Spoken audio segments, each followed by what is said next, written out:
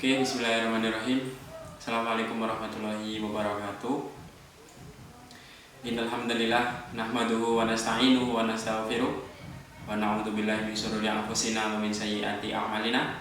May yahdihillahu fala mudhillalah wa may yudlil fala hadiyalah.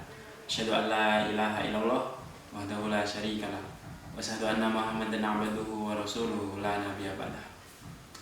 Oke, pada kesempatan kali ini saya ingin menyampaikan materi yang pada tujuan saya menyampaikan materi ini untuk memenuhi syarat tugas dari dosen Ustazah Mustafianti.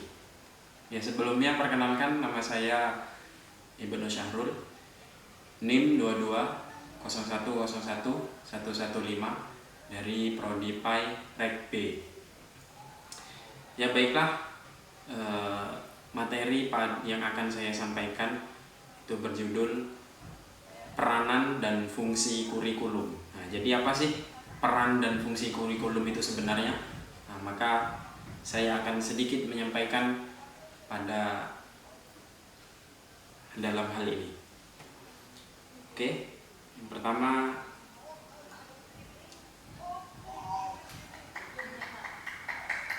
peran kurikulum. Nah, jadi kurikulum memiliki peran yang sangat penting dalam sistem pendidikan karena dia berfungsi sebagai panduan yang mengarahkan proses pembelajaran. Nah, jadi kurikulum itu penting sekali dalam setiap proses pembelajaran. Jadi kalau misalnya tidak ada sebuah sekolah tidak ada kurikulum, maka sekolah itu belum dianggap atau belum memenuhi syarat untuk menegakkan sebuah sekolah. Dan apa fungsi dari kurikulum ini? Kurikulum juga berfungsi sebagai alat untuk mengembangkan potensi peserta didik. Dengan kurikulum kita bisa tahu bahwa bagaimana proses belajar atau bagaimana seorang murid itu bisa mengembangkan dirinya dengan cara kurikulum.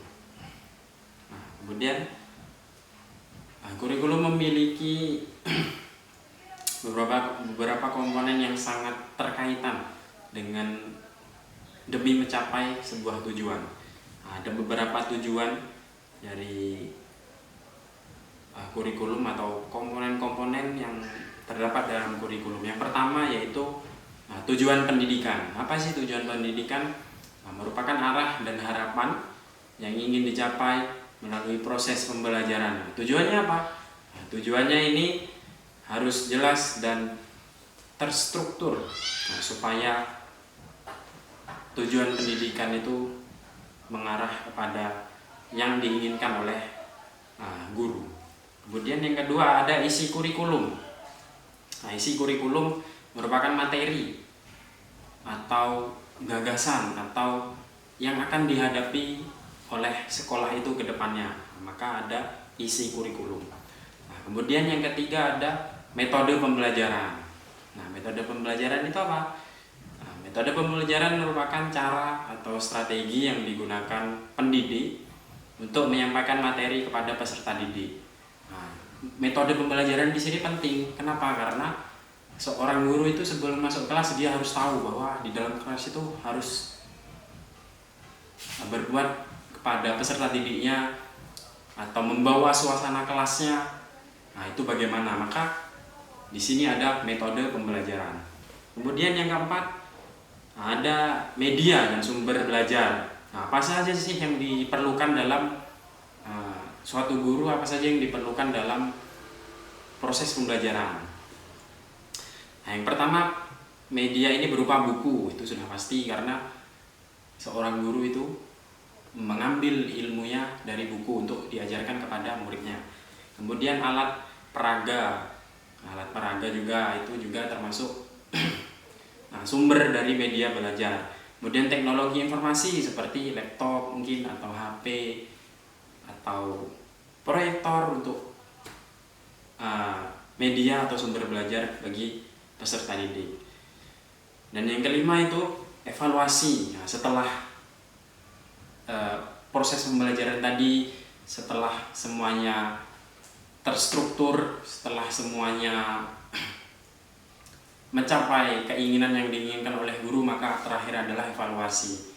Dan di situ guru menilai di mana kekurangan dan di mana kelebihan dari sistem pembelajaran atau sistem kurikulum yang diadakan tadi. Ya, mungkin itu saja materi yang dapat saya bawakan, yang dapat saya sampaikan pada kali ini. Terima kasih. Saya akhiri. Wassalamualaikum warahmatullahi wabarakatuh.